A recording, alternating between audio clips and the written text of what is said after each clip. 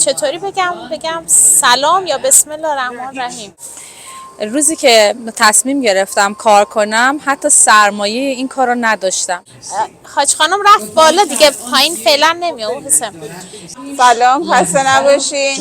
چی جیگریه این؟ نه اونی که داره این فیلمو میبینه. به به. درود رفقا، فکر میکنید کارآفرینی خیلی سخته؟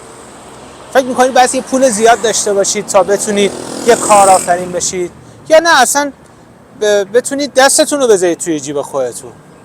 اینجا مشهد، اومدیم رویداد غذای سنتی مشهد. یه چند دقیقه با من همراه بشید ببینید این خانوما چطوری با یه مایتابه و یه اجاق گاز شدن کارآفرین و دستشون رفته توی جیب خودشون و الان دارن یک زندگی رو میچرخونن.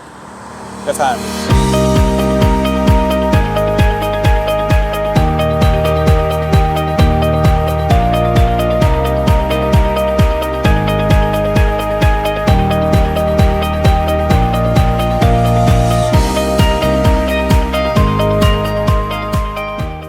ما اینجا با یه مایتابه فلافل سرخ کردن رو شروع کردیم تو یکی از نمایشگاه توی پارک. دوستان به من پیشنهاد داد، کارشون زعفرون بود. گفتن تو بیا یه چند تا پاکت زعفرون بفروش، این پولش مال خودت با سودش، با پول کار بسا فروش محصولات من تو سرمایه کار بکن. زمانی که به جایی رسیدی این یه قرضه، بعد قرض تو پس بده. یعنی من با سرمایه یک کس دیگه شروع کردم به کار. هیچ پولی روز اول نداشتم که حتی بخوام سرمایه داشته باشم و جالبه با همون 500,000 تومان روز اول شروع کردم. بعد یواش یواش جوری شد که دیدیم استقبال زیاد شد، همه میگفتن فلافلاتون خوشمزه است. واقعا از همون لحظه که وارد شدم اینجا بوی غذا نمیاد. راستش که اینجا نمایشگاه غذای رویداد نمایشگاه غذای در مشهد، اینجا بوی تلاش میاد، بوی سرزندگی میاد و بوی امید.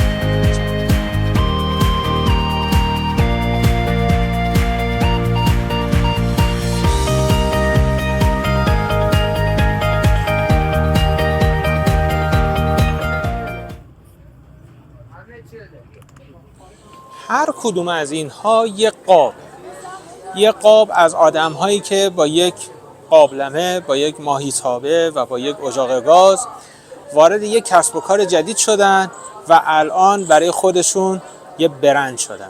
اولین بار که شروع کردم یک مهمونی گرفتم، داخل مهمونیم چندین رقم عصرانه بود، چندین رقم غذا گذاشتم.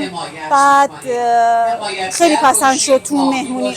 بعد تو مهمونی از من خواستن که برای مهمونیاشون اگر بتونم آماده کنم پیراشکی و غذای فست فودی و اینا.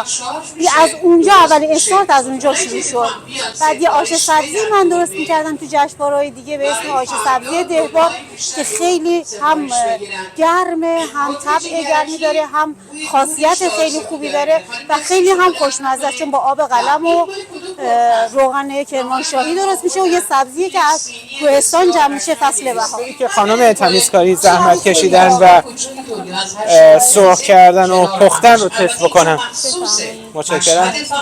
محصولات مشهد، شهر بهشت، فرهنگ سرای بهشت، قربونش برم آقا علی ابن موسی. فوق‌العاده است انصافا، خیلی خوشمزه است. ما عاشقشیم. خیلی خوشمزه است. نه همین کفایت میکنه. سپاسگزارم. خیلی متشکرم. دلتون نخواد دوستان، خیلی خوشمزه است.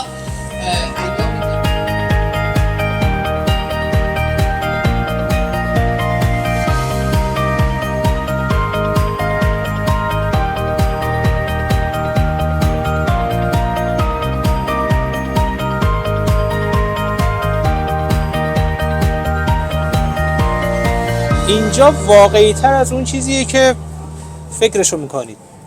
عجب آشی. بفرمایید. هر محصولی که شما به این کدبانوها سفارش میدید و این دوستان محبت میکنن، روی پیج‌های اینستاگرام سفارش شما رو میگیرن و براتون ارسال میکنن، کلی آموزش، کلی اعتماد به نفس و کلی جسارت هست تا زمانی که این محصول به دست شما میرسه. بفرمایید.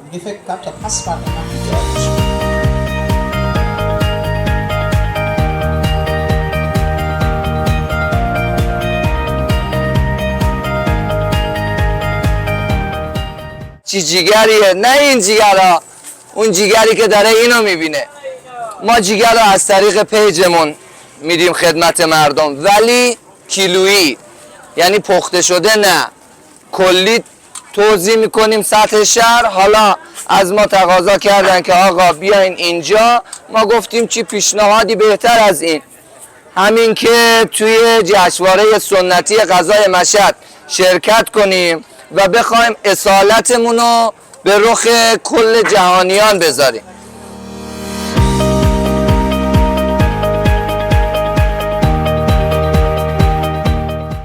من مجموعه کاری خوشمزه خونه رو دارم، محصولات ارگانیک خونگی.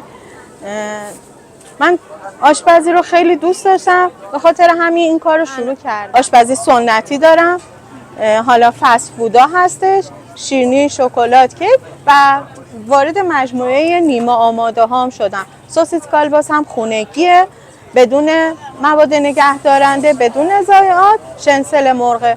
حالا تو اون هیت هم الحمدلله به سلامت هر کی خورده و استفاده کرده راضی بوده. کسب و کارم رو بسیار بسیار عالی میبینم، چون میگم من از موادی استفاده میکنم که کیفیت عالی داره و الحمدلله خدا رو شکر تو این راه موفق بودم. رویای من یه غذای سنتی بزرگ زدنه، کافه خیلی بزرگی که بتونم غذای سنتی بزنم. خدا قوت مادر. این چیه شما دارید میپذیر؟ این شیرینی محلیه، دشمه مال شمال خراسان. کارآفرینی فقط پول در آوردن نیست. کارآفرینی یعنی اینکه به خودت قدرت بدی و جسارت داشته باشی. از اون مایتابه‌ای که فلافل شروع کردیم الان خدا رو شکر پیشرفت کردیم. کارآفرینی فقط پول در آوردن نیست.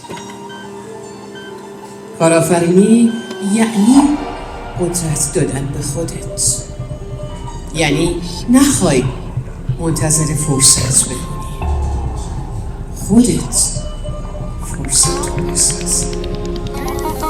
به قول بابام همیشه میگه دستت رو زانون بلند شو، منت کسی رو نکش.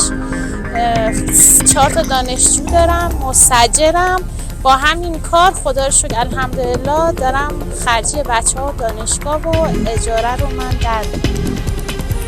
اگه میخواید کارآفرینی توی این شهر بیشتر رشد بکنه و این استعدادها و مهارت‌ها بیشتر دیده بشن، نیاز به حمایت ما دارید. یه خرید ساده کوچیک شما میتونه یه آینده رو بسازه. متشکرم، بفرمایید.